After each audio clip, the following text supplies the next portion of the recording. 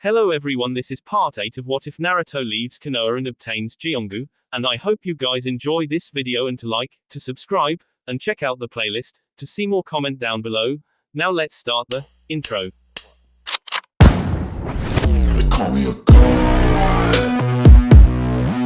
They call me a god. They call me a god. Kakazu couldn't say for sure where the motley crew of Nukenon was heading. The Land of Fire, for all intents and purposes, was an endless barrage of greenery. His sense of direction told him they were heading north-northeast, back towards the Valley of the End, but there was no telling what the group's purpose in venturing that way was. Not for the first time, the mercenary dug into the inside of the Akatsuki cloak he now wore and pulled out the ring Pain had given him.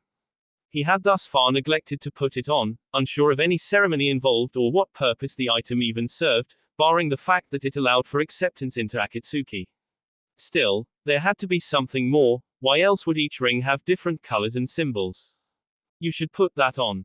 Kakazu's attention was drawn to the masked figure of Toby, bounding alongside him. Across the other male's back was the unconscious form of Haro, which Toby had, rather cheerfully, offered to carry. The other Akatsuki nin had thus far proven to be obnoxiously happy, and with Pain leading the procession, Deidara and his slouched companion flying above the treetops, Zetsu already gone, and Naruto lagging behind with Fu, Kakazu seemed to be his default conversation partner. It was not a role the former Taki nin enjoyed being cast in. I am well aware of the general procedure regarding materialistic possessions, he ground out. Ah ha ha, Kakazu-san, you talk funny. From ahead of them, Pain intoned warningly, Toby. Ah, sorry, Leader-sama, Kakazu-san. The masked shinobi fell silent for a moment, as if repenting for his actions, before stage whispering to Kakazu, Zetsu-san told me that anyone who wears a ring is an official member. Each of the rings goes on a different finger, to show that only 10 people can be part of Akatsuki at one time. He brought up his left hand to admire the slate blue ring with the character, Ku, placed on his pinky. If I remember what Zetsu-san told me, your ring is supposed to go on your left middle finger. Give it a try, Kakazu-san. Kakazu ignored the peppiness of the other shinobi, choosing instead to look back at his protégé. Naruto was struggling under the burden of carrying Fu's body while moving through the Land of Fire.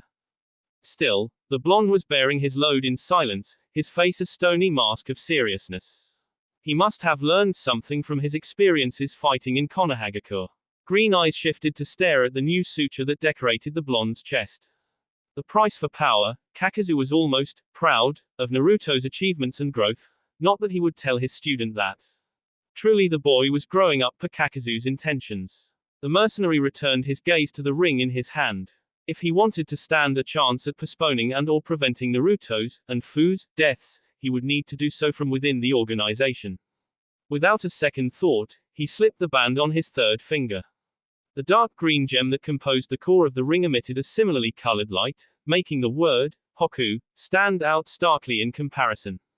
Ahead of him, Pain seemed to tilt his head in acknowledgement of the act. Apparently, Kakazu had successfully passed some sort of test. It took another couple hours for the group to reach its destination, a small grove of trees at the delta of a river. A tag marked with the character for forbidden was stuck on one of the trunks, but Pain merely lifted up his right thumb, where his ring was placed, and the ground began to rumble. In short order, a staircase that wound out of sight appeared. Toby set Haro against a nearby tree and practically skipped into the tunnel, followed by Deidara's slouched partner. Zetsu had mentioned Sasori when giving a rundown of Orochimaru's abilities. Perhaps this was the Hidden Sands legendary Akasuna no Sasori. And then the former Iwa-nin himself. Pain turned his full attention to Kakazu before the taller shinobi could move towards the opening. This is for members only. The children stay here. For what duration? It will take 3 days to seal the Ichibi. Kakazu nodded in understanding. You heard the man, brat. Naruto opened his mouth as if to protest, but then closed it. Kakazu was not a man to be trifled with, and it seemed as if Pain was even less of one. The blonde nodded reluctantly, figuring he could take the time to rest and wait for Fu and Haro to awaken.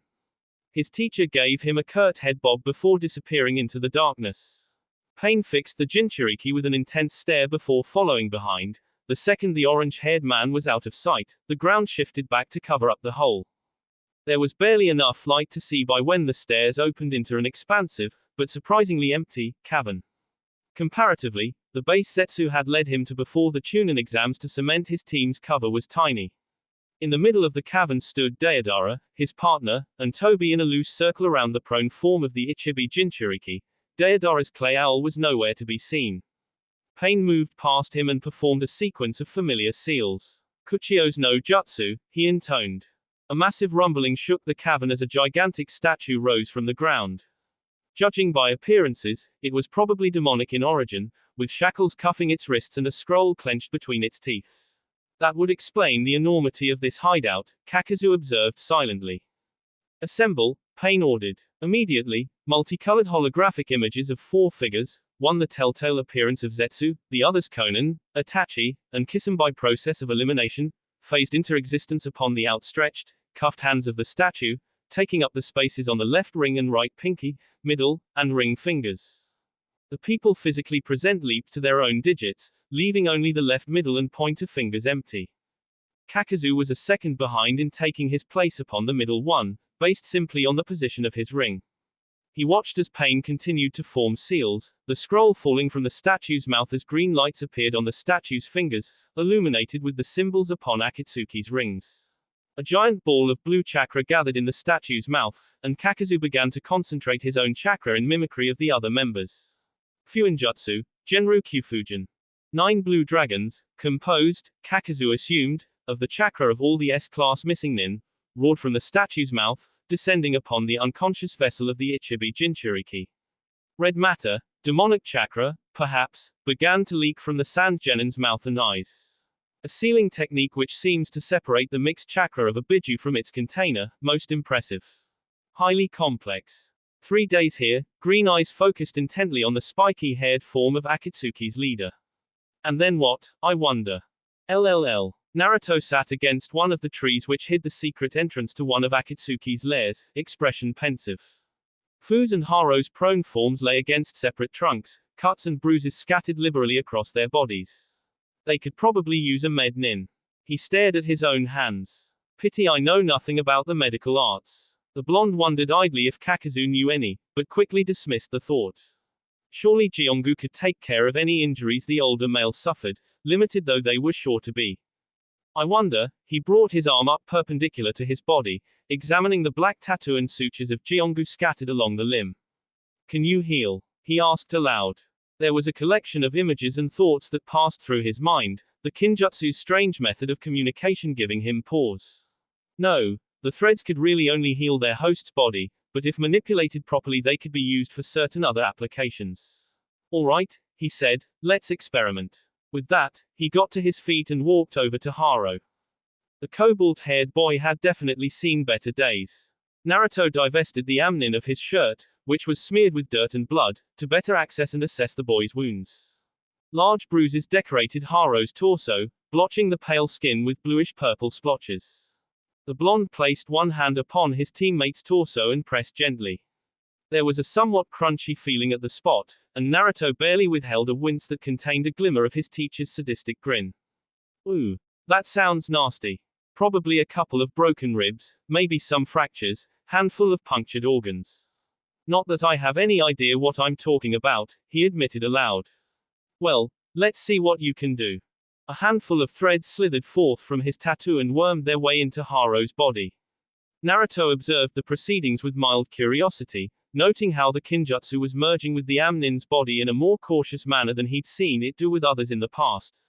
Through his connection with the tendrils, the blonde could somewhat sense the layout of Haru's body, as well as achieve a better understanding of the boy's injuries.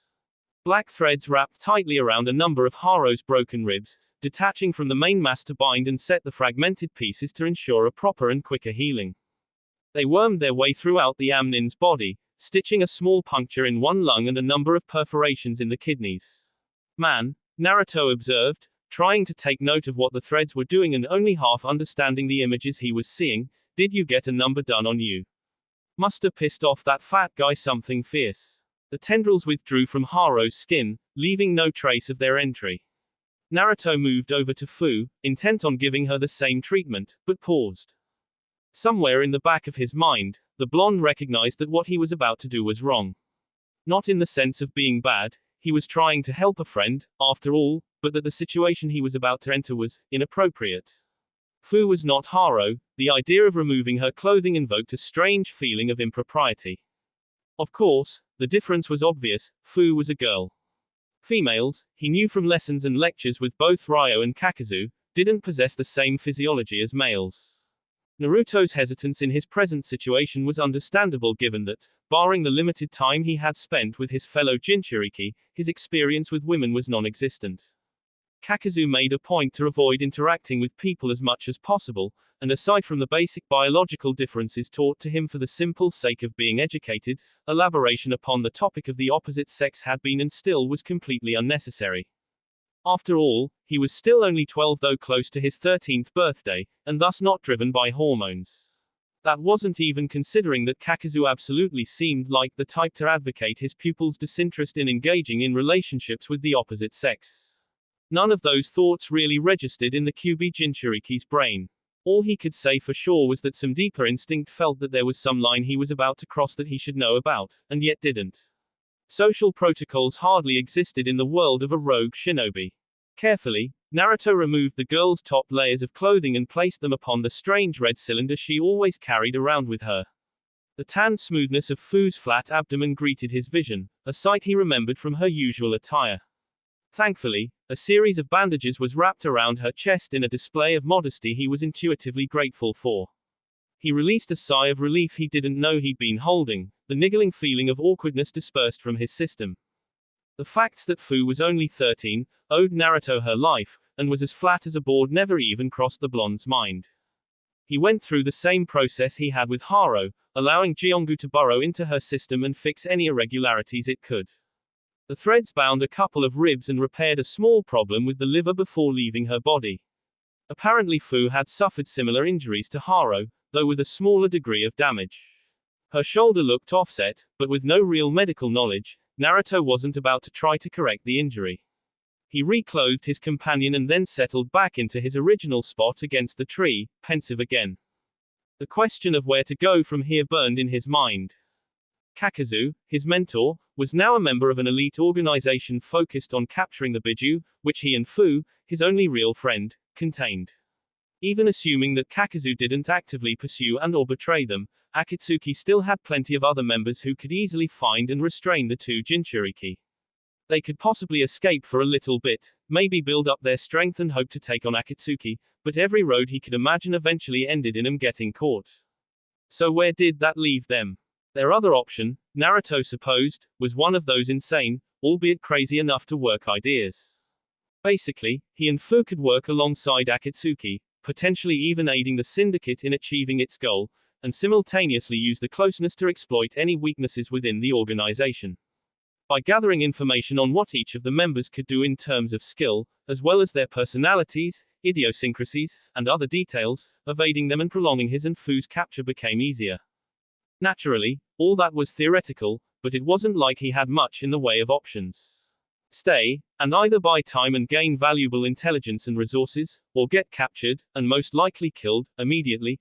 Leave, get no resources, and be captured at some indeterminable future point in time.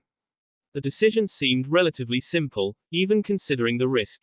Naruto maneuvered his body to better watch Fu, studying the rise and fall of her chest with strange intensity. For some reason, the idea that some random ninja had been able to do so much damage to her didn't sit well with him.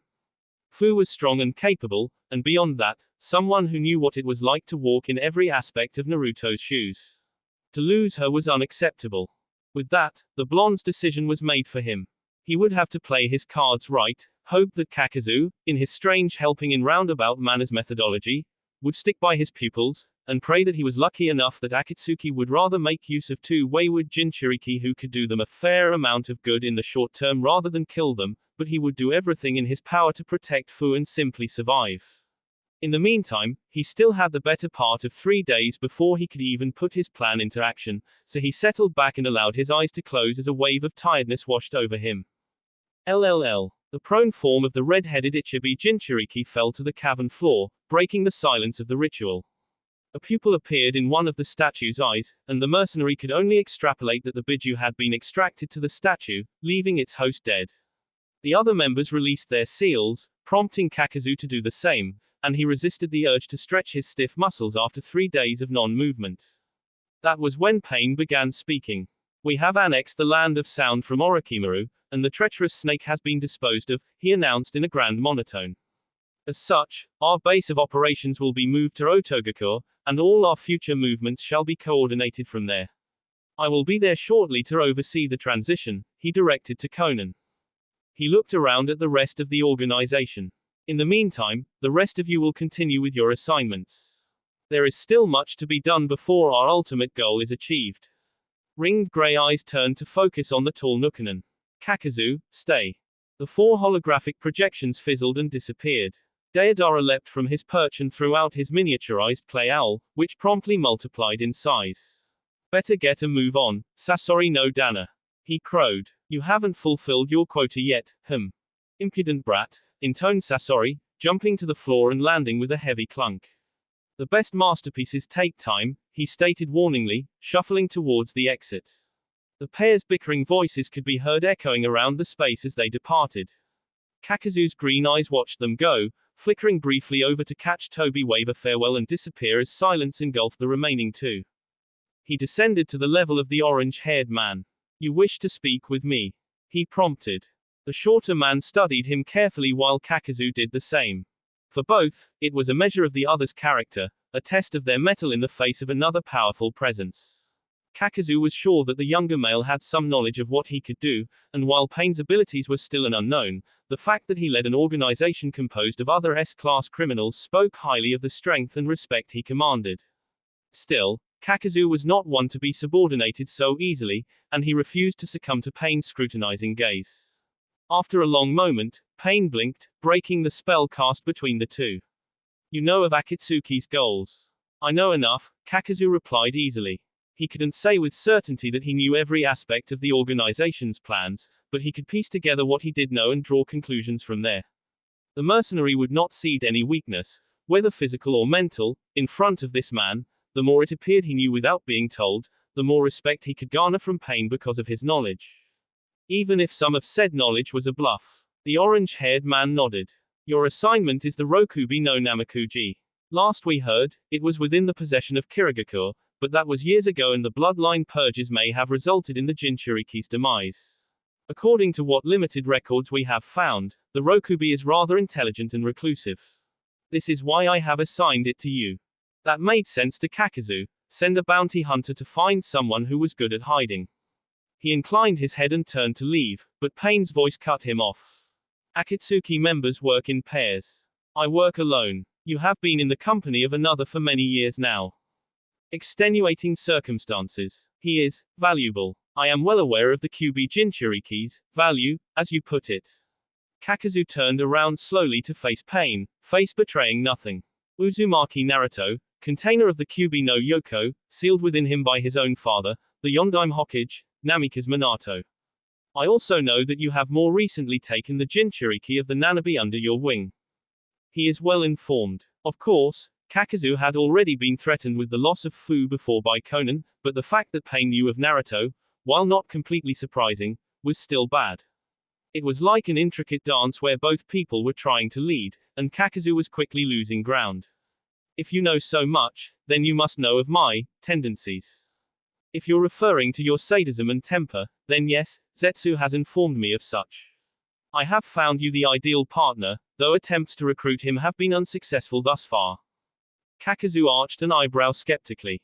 To have plans so far ahead as to find me a partner before I even joined, he has impressive foresight. Then how exactly is this person going to become my partner? You have a quality I believe he will find tempting. Here, he stated, throwing a slim folder at the newest member, information for you. Finding this man is your first priority. I will contact you when he has joined our ranks. And you will know of this how. Pain tossed a small object at him, which Kakuzu caught easily. He turned it over in his hand, studying the ring with the character, San, inscribed on an orange gemstone. That will be enough, Pain said. Kakuzu nodded and turned to leave, but apparently the orange-haired man wasn't done. The Jinchuriki, what are your feelings towards them? When the mercenary didn't immediately respond, Pain continued, you know that this process kills the Jinchuriki. Kakuzu's green eyes flickered over to Gaara's corpse. They will eventually be sacrificed for Akatsuki's goals. They are outside, weakened and outnumbered. Why not just capture them now?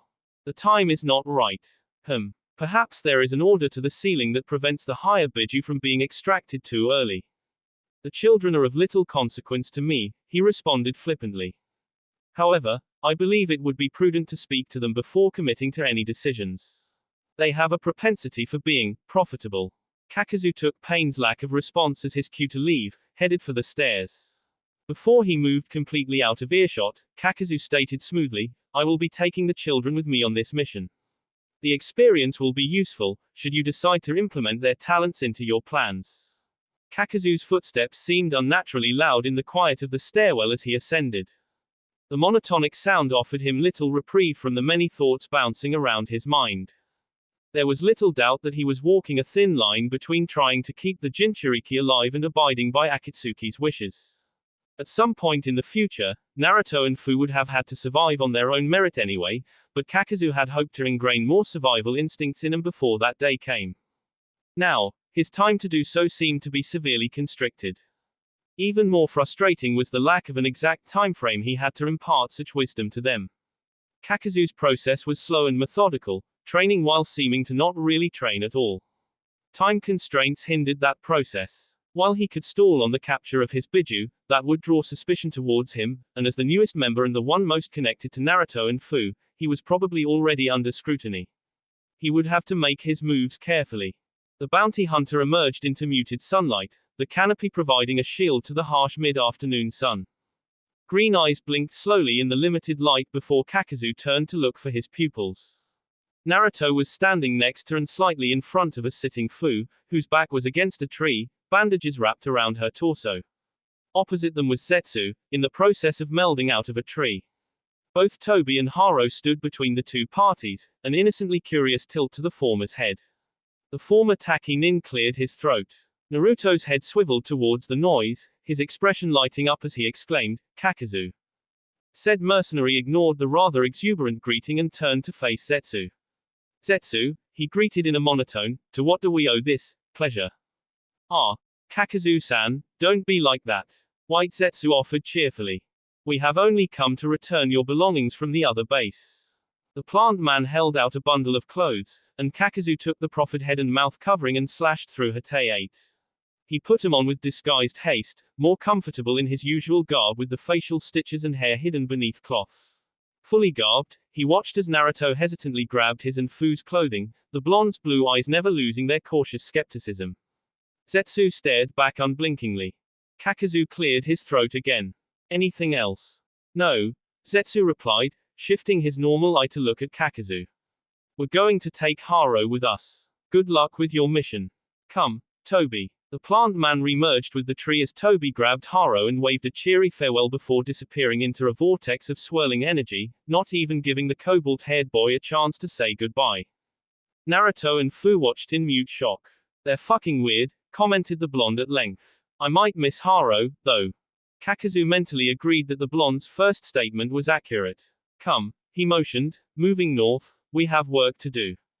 The Kyuubi Jinchuriki helped Fu to her feet. He slid on the shirt and vest Kakuzu had given him long ago, relaxing into the fit of familiar clothes. He asked, curiosity piqued. Yes. When the mercenary didn't elaborate, Fu piped up. What are we doing? Searching for someone. Naruto scowled in frustration. Could you possibly be any more vague? Kakuzu lowered his voice, though it retained his gruff register. Here is not the proper setting with which to discuss such information. Naruto glanced behind him, spying Pain standing at the entrance to the hideout, watching them depart. He opted to stay quiet after that, Fu walking beside him as they followed their teacher. They plodded along at a rather sedate pace for a number of hours, despite the urgency Naruto felt Kakuzu should have had to get away from Pain. As evening fell, the ex-waterfall shinobi had them stop to set up a small camp in the middle of the forest. When dawn broke the next day, Kakuzu kicked him awake and set off without another word, forcing his students to follow behind. The blonde remained in a dour mood the whole trip, irked at Kakuzu's easy dismissal of his previous questions and refusal to elaborate. The fact that the older ninja would merely get some sort of sick satisfaction from denying him access to information he wanted, the destination and goal, helped prevent him from asking again. Only Fu's warm hand in his own kept him from actually lashing out at his teacher. Again, he was struck with a strange sense of awkward foreboding at the gesture. It was nice to have someone around who could placate his temper, especially since getting into anything with Kakuzu was bound to have disastrous, and painful, results for him, but he felt that there was some significance to the hand-holding that he was missing. What did it mean, the simple clasping of hands? Was he really okay with Fu being able to read him so easily? Yes, he allowed after a moment of thought, perhaps having his fellow Jinchuriki know him so well was a good thing. It certainly prevented him from raising Kakuzu's ire unnecessarily and taking a beating. Still, was there something more he wasn't able to read into? Over the past 3 days, he had noticed a trend in his pattern of thinking related to the green-haired girl. When Haro had, surprisingly, regained consciousness first, Naruto had immediately pressured the boy into assessing Fu's condition. The gray-eyed male had done so with tired reluctance, only Naruto's wordless guarantee of pain if he refused rousing Haro to action. After wrapping her torso in bandages to set her ribs, a precaution, Haro had stated after Naruto had explained what he had done with the threads, he had reset her shoulder, forcing Fu to emit a low moan of pain. Naruto had tensed at the sound, but then relaxed when the other boy had turned back to him with a weak grin. The blonde had offered his temporary teammate a brief word of gratitude before letting the Amnin settle into a peaceful slumber. Somehow, even knowing that Haro wouldn't hurt Fu intentionally, the idea that he could have didn't sit well with the blonde. When the Nanabe Jinchuriki had awoken some hours later, she had graced Naruto with a tentative smile that had both soothed his mind and sent him off in search of something for all of them to eat.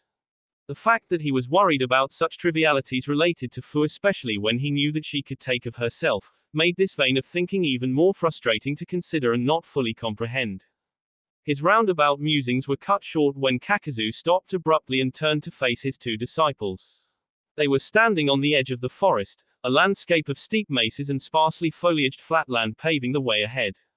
Naruto quickly disentangled his hand from Fu's, settling his face into a picture of annoyance.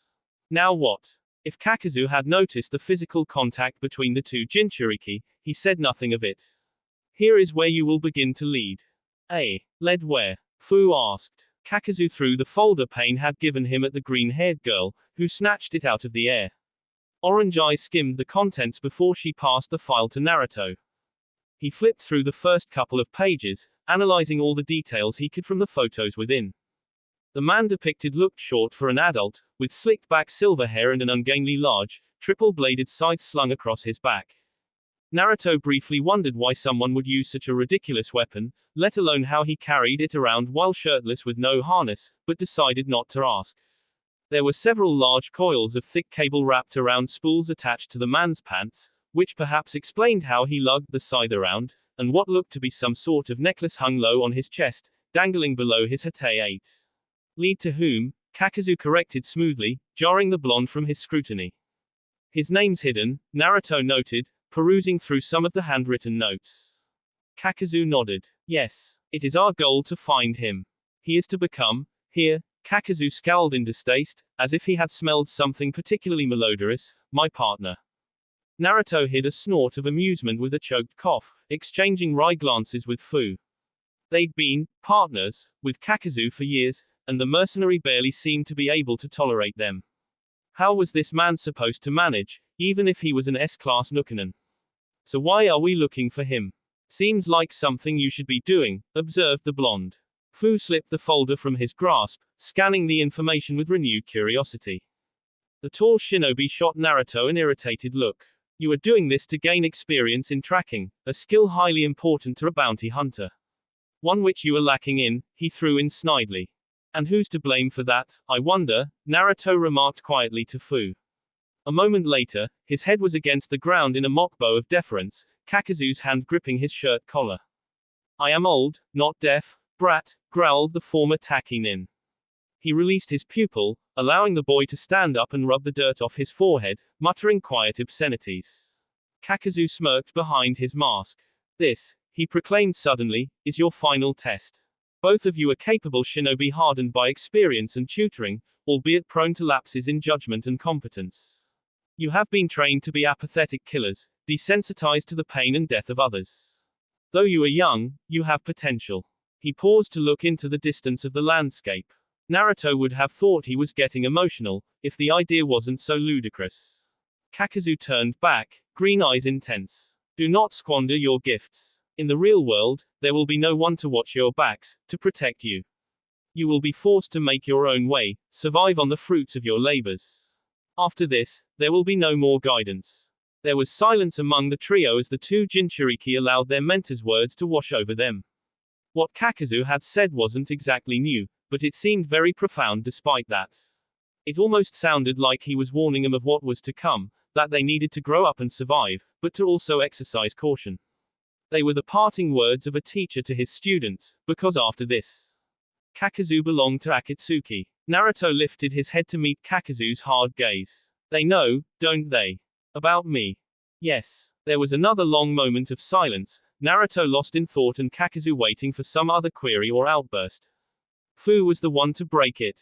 This says that Hiden originated from Yugakure, she pointed out, referencing the folder in her hands. I've never heard of it before. Kakazu snorted in disdain, though the Jinchuriki felt that it wasn't aimed at her. That is to be expected. Yugakure is a minor village, even among other minor hidden villages like Kasagakure and Omegakure. It disbanded its shinobi program in recent years. Apparently he was quite unhappy about it, he stated, nodding towards the file, which is unsurprising. Shinobi do not take kindly to being snubbed by their village. No one pointed out that Kakazu was a prime example of that particular ideology. Went on a rampage, killed his neighbors, left the village, Fu summarized. That was less than 2 years ago, but I guess we should check it out, see if there are any clues to his whereabouts. These notes say that every time Akatsuki made contact, they were close to Yugakure. Deft analysis, Kakazu grunted. He spread an arm before him, indicating the vast expanse. Welcome to the land of hot water, home to Yugakure, he continued dryly. Let's go then, prompted Naruto, striding past the other two. He paused a handful of paces ahead of Kakazu's position and looked behind him, a sheepish grin in place. Where exactly is this village? Kakazu resisted the urge to face palm, instead moving past Naruto with a sweep of his cloak. This way. Once we reach the village, you two will take over. There will be no more hand-holding. Neither Jinchuriki asked for clarification on whether he was referring to their previous physical contact or him leading them through their quest, though Naruto had to bite his tongue to not make a snarky comment about how Kakazu had never used hand-holding as a teaching tool. His piece said, the mercenary took off, both Jinchuriki following close behind. The journey was quiet for a long while, everyone lost in their own thoughts. After a couple of hours, Naruto decided to act on them. Hey, Kakazu? What? He scratched his head nervously, what do you know about Akatsuki? When the mercenary didn't reply, he continued, you know, like, who are the members and what are they capable of? I figure we should know what we're up against when, he trailed off uncomfortably. Kakazu didn't say anything for a time. Naruto almost lost hope in trying to get any inside information when his teacher spoke up. There are supposedly only 10 official members of Akatsuki at any one point. You are well acquainted with several of them. He reached into one sleeve of his long cloak, pulling out the thick bingo book Naruto was accustomed to seeing his mentor peruse. Where he kept it, Naruto could only guess, probably safeguarded within his body by the black threads. The mercenary flipped through the pages, then stretched his arm behind him with Jiongu so that Naruto and Fu could view the entry while they walked.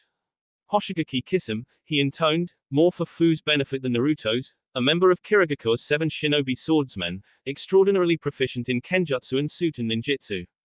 It is said that he killed his former master, Tsukazan Fuguki, part of the strongest generation of the 7 shinobi swordsmen, to earn his rank among them. Fu's eyes roved over the picture of Kisame depicted in the book. Creepy looking, she commented. Kakazu grunted noncommittally, unwilling to offer an opinion on the aesthetics of another given his own appearance. He's strong, Naruto added. Most of his techniques seem to revolve around sharks, and he likes using a lot of water to overwhelm the opponent. The blonde shuddered in remembrance of his own spars against the blue-skinned individual. I'm sure I only saw part of what he was capable of.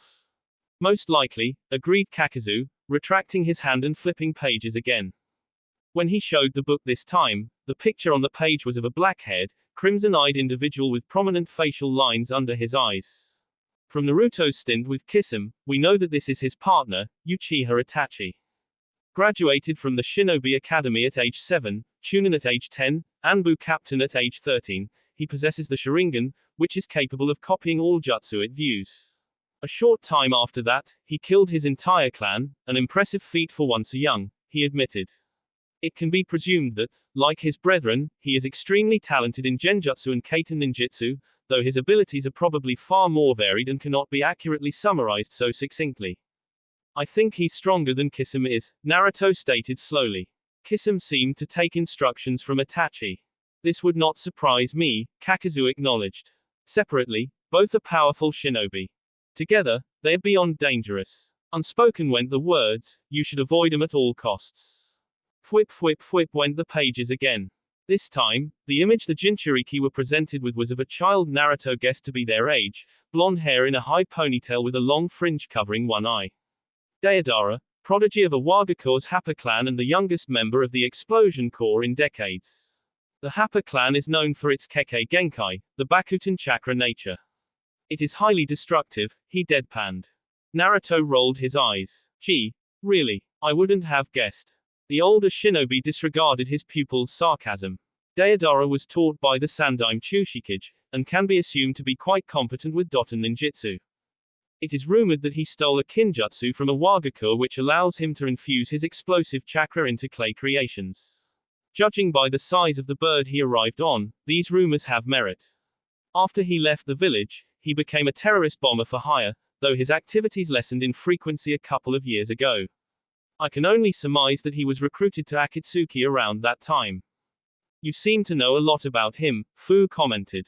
Kakazu grunted. He piqued my interest some years ago. Unfortunately, I was rather preoccupied with keeping tabs on the brat. Oi, protested Naruto. What do you mean, keeping tabs? You went off gallivanting around the world and left me alone too. Did you ever wonder, Kakazu interjected icily, how you went so long without ever being discovered by any shinobi? Did your feeble mind ever consider how we stayed in one location, under the noses of the foolish Konoha nin you escaped from, without ever running into a single one of them? Fu shot him a curious glance when he couldn't formulate a cohesive response. The blonde swallowed, thinking over this new information. It was true that while living in Onanji, Naruto had never run across any other shinobi, despite the fact that, with the hindsight that he was a Jinchuriki, they would certainly be looking for him. And Kakazu, while neglectful with his training, had also never put him in a dangerous situation without considering him ready to handle it. Plus, the mercenary had been gone an awful lot during his younger years. Naruto had originally written it off as bounty hunting expeditions, but, could he have? Were you protecting me? The slow turning of pages was his only answer. Naruto resisted the urge to rip the book from his teacher's hands and demand an answer. That had, bad idea, written all over it. Another short interlude of quiet confirmed that Kakazu would never actually admit to looking after or caring for the blonde. Lost in the circular debate of whether the older shinobi was bluffing or not, Naruto was practically slapped in the face by the bingo book. He recovered in time to hear Kakazu begin talking. Although unconfirmed, I believe that this is Deidara's partner, Akasuna no Sasori. Unruly red hair framed a face with oddly pale skin for someone who grew up in the desert. Laconic brown eyes stared out of the page, appearing completely disenchanted. He looks so young, Fu wondered. I mean, I know that we're young for Nukkenen, and Deidara's only a teenager, but still. Well, he should. This picture is almost 20 years old. Both Jinchuriki stared at the back of the former Taki Nin's head. If Kakazu noticed, he let it go. Sasori defected from Sunagakure a little more than 17 years ago, in the middle of the Third Shinobi World War. He was hailed as a genius puppeteer, the greatest master of Kagutsu no Jutsu since its creator, Chikamatsu Monzaemon. However, after he became a Nukkenen, Sasori became untraceable. His physical characteristics, abilities, strength, jutsu arsenal, they are all unknowns. While Akatsuki's Sasori shares none of the traits depicted here, the real Sasori is a puppeteer. Meaning that the body he's using could be a puppet, Naruto finished. It is likely. The bingo book snapped shut with a resounding clap. Zetsu, Toby, Conan, none of them are listed as Nukanen from any village. Based on observation, Zetsu has the ability to phase through and merge with solid matter, though I am unsure of his limitations. Toby can disappear into thin air with an ability similar to a shunshin, and Conan has some sort of control over paper. Their leader, Pain, an alias, I am sure, is also an unknown, though the strange pattern of his eyes would seem to imply some sort of dojutsu, albeit one I am not knowledgeable of. Well, Naruto stated after allowing the information to sink in, that's more than we knew before. Now we have a bit more of fighting chance. That was rather gratuitous of you, Kakazu, Fu pointed out. I don't suppose you plan on helping us. Whatever scheme you have planned will have to be executed by your own hand, Kakazu interjected. Information is an open source for those who know where to look. I merely provided you with data any good bounty hunter should know. Fu opened her mouth to say something else, but a restraining hand on her shoulder stopped her. The green-haired girl looked to her left.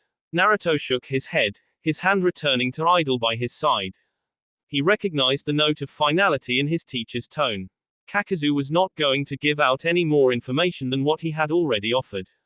Truthfully, it was a boon they had gotten that much from the former Taki Nin. When dusk fell upon them, the trio made camp at a location Kakazu estimated to be a couple of hours away from Yugakure. Lacking any camping equipment, Fu erected simple earthen constructs for each of the renegades to take shelter in. Their teacher absent-mindedly lit a small fire and retired shortly thereafter, leaving the two Jinchuriki sitting across from each other on sturdy stone seats Fu had created. For a time, the only sounds were the crackling of the fire between them and the calls of the nocturnal animals. Naruto tapped a finger against his cheek rhythmically, chin resting in the palm of his hand, elbow propped on his knee. Prodigies, he murmured at last. Prodigies and masters and geniuses. Fu nodded sullenly. Things don't look too good, do they? Naruto made a non-committal noise. Are we gonna die? She whispered, as if afraid someone would overhear her trepidation. Naruto offered her a sad quirk of his lips. Not without a fight, we're not. And, he continued, pausing to collect his thoughts, I think we still have time. At his companion's questioning head tilt, he elaborated, think about it. They had us right where they wanted us, outnumbered, outclassed, and tired. But instead of taking us then, we were allowed to leave with Kakazu. What does that tell you? The Nanabe Jinchuriki thought about it for a moment. They either want to make use of us, she replied slowly, or, they can't take the Biju from us yet. Naruto nodded. Which do you think it is? He shrugged. Dunno. We don't know enough about their operations or their plans to make an accurate prediction. For now, we play by their rules. We find out exactly what each of the members can do, get stronger, and stay on the good side. If we get really lucky, we won't have to fight for our lives. Silence reigned after that, the two Biju containers allowing Naruto's last statement to echo in their minds. When the fire died out some time later, the two young ninja went to their respective shelters with quiet bids of, good night. Naruto woke up earliest the next morning, moving on a mixture of restlessness and nervous energy. Hungry, and looking for something to do, he scoured the vicinity for something edible, eventually coming up with a couple of groundhogs. Kakazu was awake when he returned, and the older ninja rekindled the fire from the previous night without a word between them. Today we reach Yugakure, Naruto thought between bites of roasted animal. At that point, Kakazu would turn the reins over to him and Fu to find hidden, no matter where the man currently was. It was almost as if Kakazu was passing the baton to the two of them, and the success of their future lifestyles depended on the outcome of the search for Akatsuki's newest member. Blue eyes narrowed with steely resolve. I won't let you down. Fu woke shortly thereafter, and after eating the remaining meat, she demolished the earthen shelters and the trio took off again. They arrived at the entrance to Yugakure after a couple of hours. As they stepped through, Kakazu scoffed, not even a guard. Pathetic. Naruto and Fu exchanged looks, the former rolling his eyes. What a shock, Naruto muttered. Kakazu holds disdain for something. Fu let out a short giggle, prompting a small grin from the blonde. Make yourself useful, brat, interrupted Kakazu, and tell me where our target is. Otherwise this poor excuse for a hidden village will not be the only thing I regard with disdain. Yeah, Naruto dismissed, walking ahead of his teacher with Fu slightly behind him. Like I'm not already on that list. Maybe we should do something productive, Fu suggested. She walked up to the nearest villager, an elderly woman, and asked politely, "Excuse me, Abar-chan, I was wondering what you knew about a man named Hidden." The woman's face immediately crumpled into a terrified expression. "Ooh," she moaned, "he's a terrible man. Coming here and slaughtering our citizens, with no reason other than the fact that he likes it. He comes by every couple of months to destroy another section of our beautiful village, ranting and raving about some person. Joshin, I think. We've tried hiring shinobi to protect us, but none of them have ever returned to the village. And just last week, my daughter-in-law was, the woman burst into tears, overcome by sorrow. Fu patted her back gently, if a bit awkwardly. We offer our condolences, Naruto tried, fumbling over the awkwardness of being kind to a stranger, but could you perhaps tell us where the incident last week took place? Sniffling, the old woman pointed down the road, further into the hidden hot springs. It's not too far down the road from here. Construction's already being done on it, you can't miss it. Naruto offered her a slight incline of his head before motioning to Fu to follow the instructions. As the green-haired girl withdrew her hand and began to tread after the blonde, the elderly woman looked up and asked, "Who are you?" Fu offered her a tentative smile. "We're here to rectify your village's crisis. Thank you for your help. Clearly neither of you has issue with human contact," Kakazu deadpanned once they were out of earshot. "The manner with which you interacted with that woman was nothing short of embarrassing." Naruto shrugged his teacher's sarcasm off. As Jinchuriki, both he and Fu had not been privy to the kinder side of humanity, and thus had none too few experiences with personal interaction. Living with Kakazu's influence for so long had nullified whatever need there was to actually try and be polite. The bounty hunter was nothing if not blunt. Almost disappointed with his student's lack of a reaction, Kakazu goaded, "Subtlety is an important aspect of the hunt." "Yeah, 'cause a 6-foot man covered head to toe and wearing a black cloak with red clouds is the definition of subtlety," retorted the blonde. Kakazu smirked behind his mask, glad to see his student's vim and peppiness intact. Naruto would make a fine legacy someday. Assuming he survived whatever Akatsuki had planned for him, of course. The sound of a deep-voiced man yelling caused Naruto and Fu to run ahead, banking right at the next path. Kakazu reached the intersection at a more sedate pace, opting to remain behind and study his student's methods. Analytical green eyes took in every detail of the surrounding area. Huge stacks of lumber were piled everywhere, in close proximity to a series of buildings which were all in various states of disrepair. Villagers donned in hard hats milled about the area, carrying wood, tools, bricks, and a variety of other infrastructure materials from one location to another. Ants, Kakazu thought with scorn. All of them scurrying around like tiny insects. Pathetic. Some of the buildings held scorch marks, the residue from some explosion or kaiten ninjutsu, he deduced. Rust-colored splotches along the walls and on the ground provided evidence as to a large amount of bloodshed. Naruto and Fu came jogging back shortly thereafter. The foreman confirmed what we already knew about Hidden, Fu stated. He was a loyal ninja of Yugakure until the village disbanded its program and became a tourist destination. Then he went batshit crazy, Naruto jumped in. Slaughtered his neighbors and left the village. Apparently he's been returning every so often since he left. Kills some people, raises some buildings, he likes to cause destruction. But his visits are sporadic, they range anywhere from 3 weeks to 3 months. Trying to prove a point, Kakazu muttered, or acts of retribution. How curious. Anything else? Bloodstains, Fu replied, all over the place. We can only assume Hidden's the cause. There's a trail that goes out from behind that building and leads deeper into the land of hot water, Naruto gestured. Just judging by the size of some of the bloodstains, I'd guess that he's wounded. Hard to tell exactly how old they are, but Hidden doesn't exactly strike me as the type to care about being subtle enough to cover his trail. Lacking subtlety and brains, Kakazu mulled. Sounds like an older, more dangerous version of you. At Naruto's affronted glare, the mercenary smirked to himself, then continued musing, though the fact that he is injured is intriguing, considering that there are no Yugakure shinobi in existence anymore, let alone ones who could harm a supposed S-class Nukenin. Yeah, well, now what? Griped Naruto. That should be obvious. We follow the trail, Fu supplied. Kakazu nodded. Clearly the brains of the pair, he muttered, drawing another scowl from his blonde protégé. Yes, as any good bounty hunter would, we follow the trail. Now, led. Growling obscenities under his breath, Naruto stalked off in the direction of the construction, leaving Fu and Kakazu to follow him. Unable to resist a parting shot, Kakazu added, not that a good bounty hunter would ask for information, anyway, shinobi procure their knowledge by merit of their stealth and espionage abilities. The blonde's ravings about sadistic, temperamental, child-hating bastards could be heard clearly as the trio trekked out of the village. LLL. A month and a half in the wilderness with only Kakazu and Fu for company was a long time. Granted, Naruto had spent longer periods of time with only Kakazu or Kisame, and Itachi, for company, but after having to be around people for the Chunin exams, the isolation of the outdoors was a strange contrast. He had never really considered the difference between living with and without the assets of the city life. Toilets, for instance. The good news, he supposed, was that Fu was around. Without her, and with Kakazu's reawakened sadism, Naruto was sure he would have gone crazy trying to survive with only the older shinobi to interact with. That said, the former Takinin had also mellowed somewhat, at least, compared to what Naruto had expected from his teacher's behavior.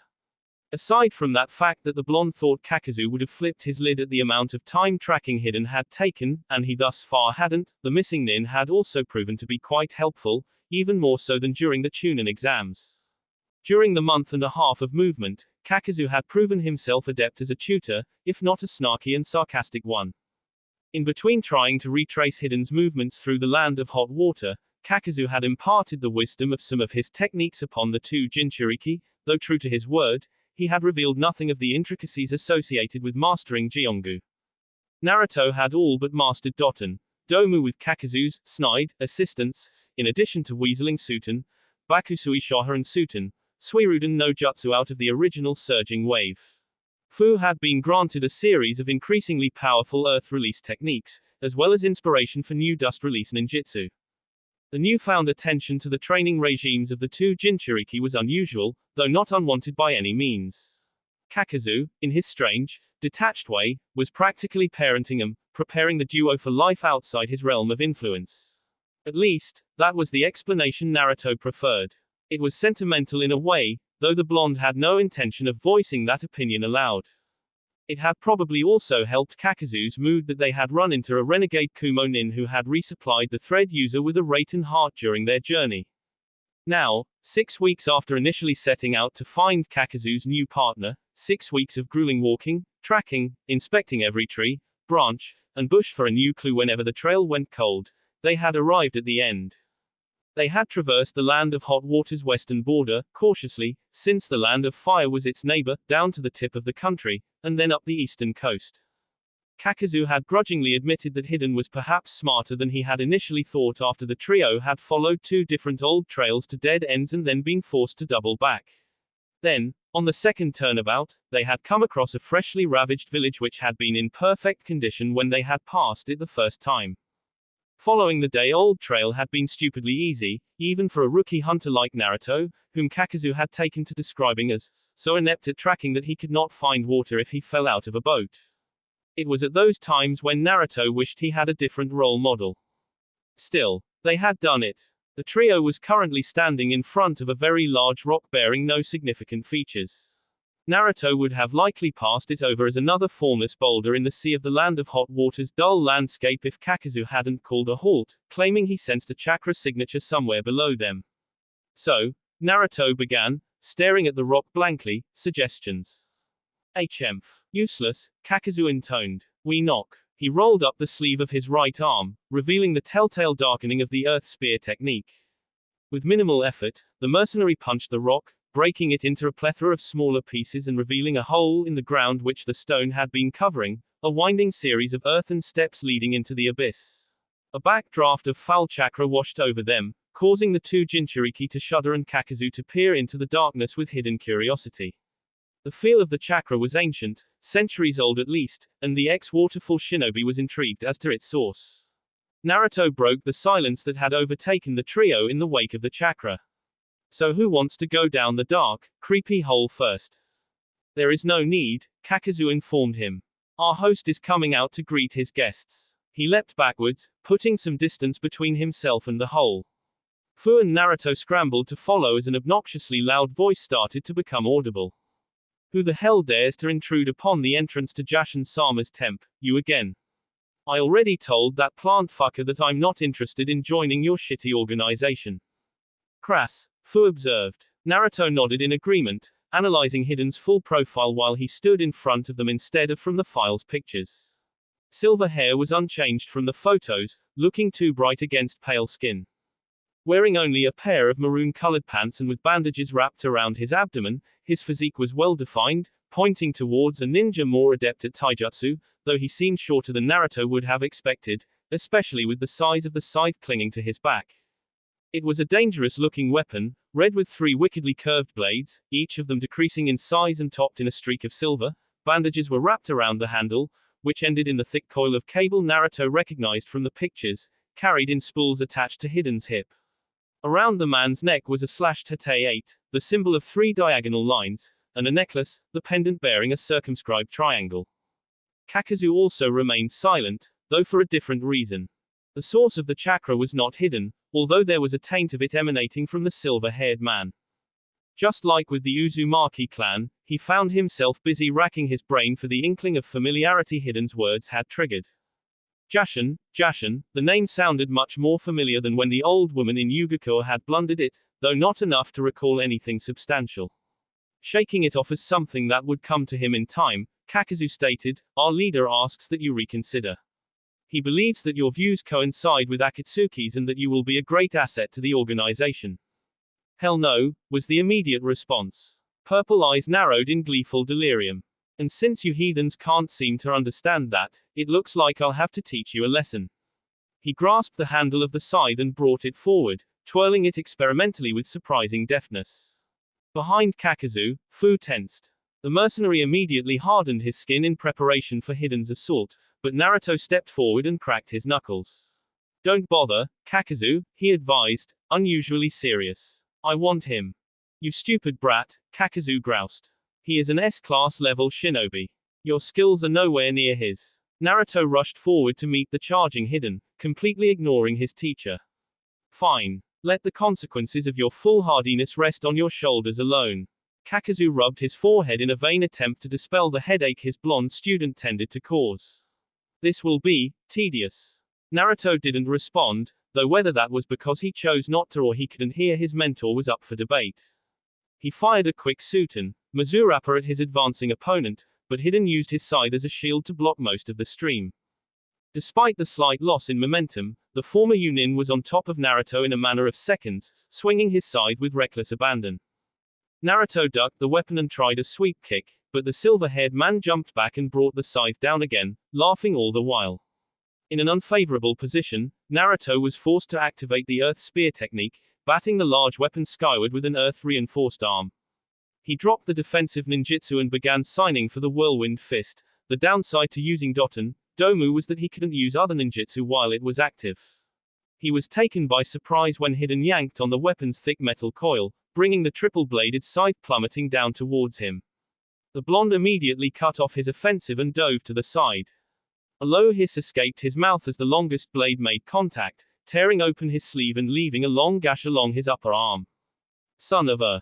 ha. Hiden cackled, his pitch rising with unbridled glee. He reached behind him and withdrew a small black object from his waistband, which telescoped into a lengthy pike. Without flinching, he stabbed himself in the stomach, allowing his blood to spill freely and soaking the bandages there. His feet moved to draw a replica of his rosary's symbol on the ground in stark red. "Prepare to have judgment passed on you. Jashin-sama, please accept this sacrifice in your great name." Then he licked the tip of the scythe. Hiden's skin darkened to the deepest pitch, leaving a pattern of white that gave him the appearance of a skeleton. Fu, in a moment of surprise and terror, latched onto the nearest thing to her, Kakazu's arm.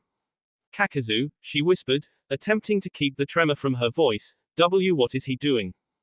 The bounty hunter glared at her until she released him, then turned back to the, rather one-sided, fight without responding. He was on the verge of solving the mystery that was hidden, the answer sitting on the tip of his tongue. "Screw you," Naruto shouted, getting to his feet. "You and your lord can suck it. Futon, Kazakiri." The blade of air soared across the distance between the two and broke diagonally across the laughing Nukanen, cutting deep into his flesh. Naruto relished in the satisfaction of landing a blow on the S-class shinobi for only a moment before he let out a loud gasp and sank to his knees. Blood began to soak into his shirt from a cut on his chest identical to the one Hiden had just received. What? He gasped as Jiongu began stitching closed the wound. Gahaha! Shrieked Hiden, purple eyes bloodshot, pupils dilated with madness. You've been cursed, and Jashin-sama has deemed you unworthy. Prepare to die. The retractable pike seemed to move with startling slowness towards Hiden's heart. Fu shouted something. Naruto launched his fists in an attempt to stop Hiden. The silver-haired man's eyes widened further in anticipation. Kakazu drowned out all of that, focusing all of his thoughts inward. Jashin, a triangle within a circle, sacrifice, green eyes snapped open as the pike dug through flesh and Naruto clutched his chest, gaping like a landed fish. The god of destruction, he muttered, the name finally striking a familiar chord. Kakazu, do something. Fu shrieked. The mercenary paid her no mind, choosing instead to focus upon Hiden. Jashinism was an ancient religion, something he had once read about long ago from a scroll crinkled with age. Even then, Jashinists were a secretive lot, practically a cult, and the information he had obtained was minimal. Jashin was the god of destruction, and as such, the religion's followers were expected to rain death and carnage upon all who crossed their paths. Anything less was considered blasphemy. Of course, none of that explained either the curse or the ritual that Hiden seemed so very proud of, but then again, Kakazu was half impressed that he had remembered that much about the religion. Jashinism had been considered an extinct religion even during the mercenaries' heyday. The stupid brat brought this upon himself, he said at last. The pain is amazing, Hiden practically purred. Who's next, Jashin-sama? The masked asshole, or the little girl? Neither. Naruto. Fu cried. D-damn, muttered the blonde, there goes my safety net. He scratched his chest, mildly unnerved that he had just lost his Doton heart so quickly. Just gotta be more careful then. Let's go, round 2, he directed at Hiden. Hiden was, for the first time, absolutely speechless. He managed to find his tongue after a moment, wondering, another immortal who can spread Jashin-sama's will for all eternity. Another immortal, Pain's words suddenly floated to Kakazu's mind, you have a quality I believe he will find, tempting. Quick as lightning, Kakazu's hand shot out and closed around Naruto's mouth before the blonde could say anything stupid. The child's immortality, the word was still rather bitter on his tongue, is an inheritance I granted him. He waited a moment for the meaning of his words to sink into Hiden's head. Despite the fact that Kakazu didn't consider himself immortal, if such a trait attracted the shorter man to Akatsuki and ended their farce of a mission, he would play the part of the undying. You serve a deity who teaches you to embrace destruction, Kakazu continued. Akatsuki's endgame is world domination, entire villages and countries wreathed in flames and ravaged in blood. Allying yourself with us would go a long way towards upholding your god's dogma, would it not? Hiden seemed to consider the taller ninja's words, the black and white pattern fading from his skin. All right, he agreed, I'll join your shitty organization. Working with another immortal should be interesting.